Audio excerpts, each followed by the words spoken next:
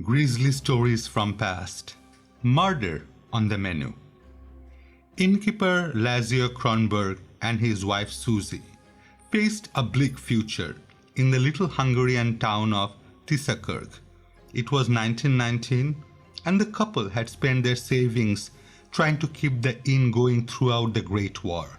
Now they had hardly enough to buy food. There were other tragedies. Their only daughter had ran away to Budapest, where she was said to be a prostitute. Their eldest son, Nicholas, had also run away, fleeing the house at the age of 9 after Lazio whipped him for failing at school. Their other 2 sons had died in the war.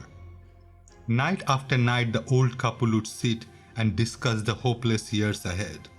At last, they came to the grim decision that there was only one hope: murder for profit. Carefully, they prepared for the killings. Lazio dug a long trench 6 feet deep in the woods. He filled it with quicklime, prepared to tell anyone who asked that he was planning to build new outhouses. From the village store, Susi brought home a small brown sack filled with strychnine crystals. She told the storekeepers they're going to use it to poison wolves.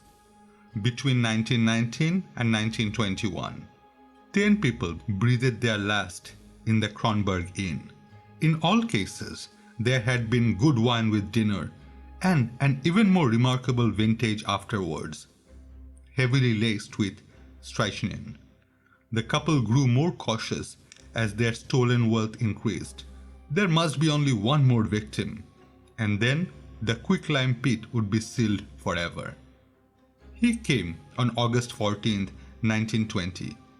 A genial fat man in his mid-30s with a suitcase so heavy that it must surely contain gold coins.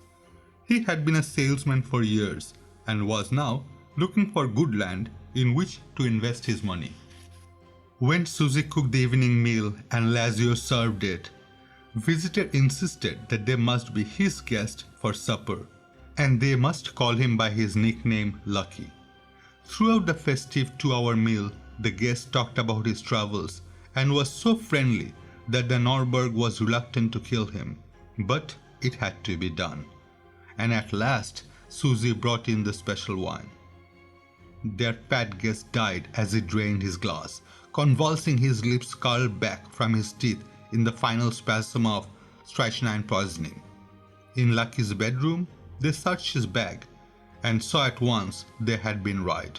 There was a fortune in gold coins. His hands shaking, Lazio poured through the dead man's clothes and then saw something else, a snapshot of the Kronberg themselves. The couple looked at each other with dawning horror and grief. They had murdered their long-lost son. They left the gold and went back to the dining room, where Nicholas was slouched at the table. They wrote a short confession and then sat down with him. 3 days later, the villagers found them, all dead from strychnine poisoning. During the years that followed, few ventured into the house. Those daring to stay 2 or 3 nights with a view to buying the place were always frightened off by some grisly apparition. The sight of 13 ghostly figures from the 1920s seated around the dining table. Each had its lip peeled back in a ghastly, striking grin. Another World War came and went, and the house became dilapidated. But still, no one would spend a night inside or even near it.